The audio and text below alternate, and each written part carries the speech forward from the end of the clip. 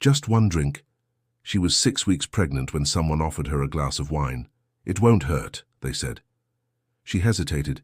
She hadn't seen her doctor yet. And honestly, she felt fine. People in Europe drink during pregnancy all the time, right? She took a sip, and then spent the entire night lying awake, heart pounding, asking herself one question. Did I just put my baby at risk? This isn't a story meant to scare you. It's a real story, one that so many people experience. It reflects the genuine confusion and conflicting advice that surrounds drinking alcohol during pregnancy and breastfeeding. Today, we're going to cut through that confusion.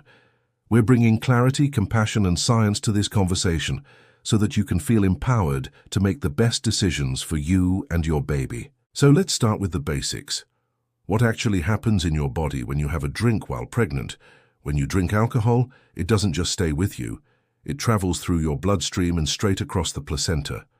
This means your developing baby is exposed to that same alcohol, often at the same concentration as it is in your blood. But here's the critical difference. A baby's liver isn't developed enough to process alcohol the way an adult's can. So, while your body gets to work filtering it out, the alcohol lingers in your baby's system for much longer. This prolonged exposure can interfere with the most crucial stages of development, the formation of the brain, the heart, and other vital organs. So what does the research say? Let's be crystal clear on this. Global health authorities like the World Health Organization and the CDC are in agreement. There is no known safe amount of alcohol to drink during pregnancy. Any amount, at any stage, can pose a risk.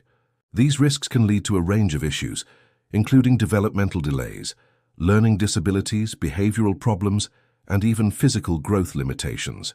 These conditions all fall under an umbrella term called Fetal Alcohol Spectrum Disorder, or FASD. And here's the most important thing to know about FASD. It is 100% preventable, but it is not curable. Now you might be thinking, but I only had a drink before I even knew I was pregnant. What now? First, take a deep breath. You are not alone. So many pregnancies are unplanned, and it's incredibly common for people to have had a drink in those early weeks. This does not automatically mean that harm has occurred. The single most important step you can take is to stop drinking as soon as you find out you're pregnant, and to have an open conversation with your healthcare provider. The sooner you stop, the better the outcome for both you and your baby. Every day without alcohol makes a positive difference. Let's go back to Emma. After that stressful night, she started doing her own research. She was shocked to find so much conflicting advice, even from older medical sources. She spoke to her doctor, who was reassuring. He explained that a single sip early on was unlikely to cause harm. But he also confirmed that the safest path forward was no alcohol at all. Emma made a decision right then. She said, "I'm not going to carry the guilt, I'm going to carry the knowledge, and I'm going to give my baby the best chance I can." That shift from guilt to empowerment is everything. Now, what about after the baby arrives? The topic of alcohol and breastfeeding is another area filled with myths and confusing advice. You've probably heard things like pump and dump or just wait a few hours. Let's look at what the science actually tells us.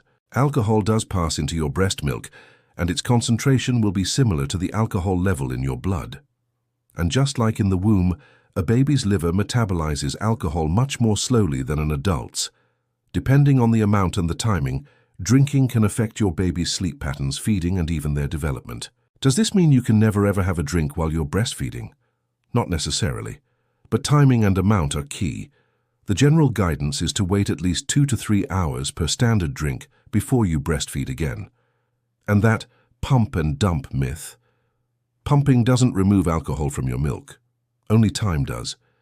Your body has to metabolize it first. If you plan to have an occasional drink, the best strategy is to plan ahead.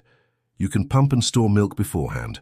Most importantly, have a chat with your maternal health nurse, your doctor, or a lactation consultant. They can give you advice that's tailored specifically to you and your baby. Let's be honest, the pressure on parents is immense. This conversation isn't about making anyone feel guilty. It's about giving you the power of information. You deserve to have clear, evidence-based facts so you can make choices that protect your health and your baby's future. And if you're finding it hard to stop drinking, please know this.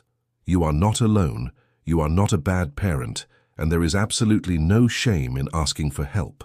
Think about this. The human brain is one of the most complex structures in the universe.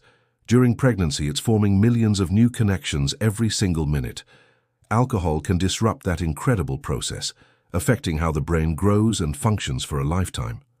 But the good news is that choosing to stop drinking at any point during pregnancy makes a tangible, positive difference. Every single alcohol-free day is a day your baby's brain gets to develop safely. Maybe you've had thoughts like, it's just one sip, or my friend drank and her kid is fine, or even, it's my body, my choice. Those thoughts are completely understandable. But real strength isn't just about defending our choices. It's about being willing to reevaluate them when we get new information. And the best part is, the science is on your side, empowering you to give your child the strongest possible start in life. For some, this is more than just a question of choice, it's a real challenge. If you want to stop drinking but find it incredibly difficult because of stress, dependence, or long-standing habits, please hear this. Pregnancy can be a powerful motivator for change, and there is safe, confidential, and non-judgmental help available. You do not have to go through this alone. It's especially important that withdrawal from heavy drinking is medically supervised to keep both you and your baby safe. And a quick word for partners, friends, and family. Your support is crucial.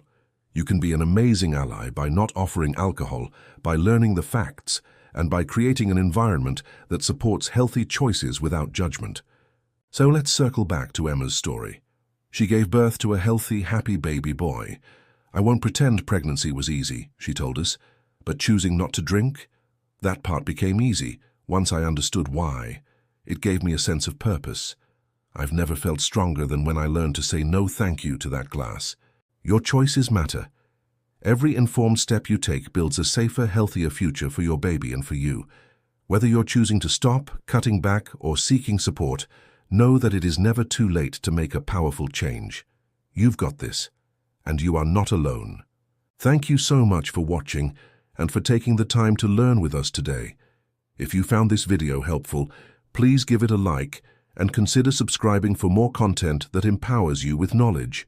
We'll see you in the next one.